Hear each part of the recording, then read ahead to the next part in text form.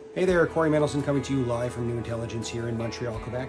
Hope everyone's having a great day.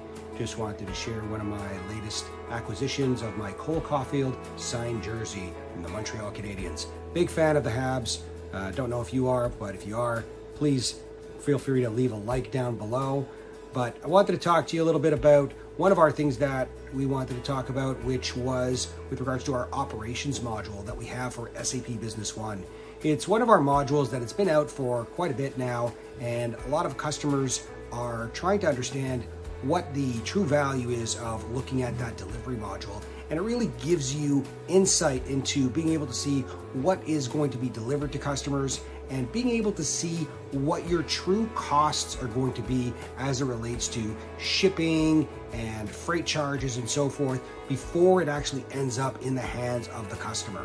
So if you want to get insight in regards to that sort of information and be able to see what your costs are going to be prior to shipping, you really want to have a look at our delivery module, and it's really going to help you. And this is one of the modules that we have in our solution for SAP Business One. If you want to read more about it, you want to see a demo, please feel free to check out some of the information below or check out sap.newintelligence.ca. Thanks so much and have yourself a great day.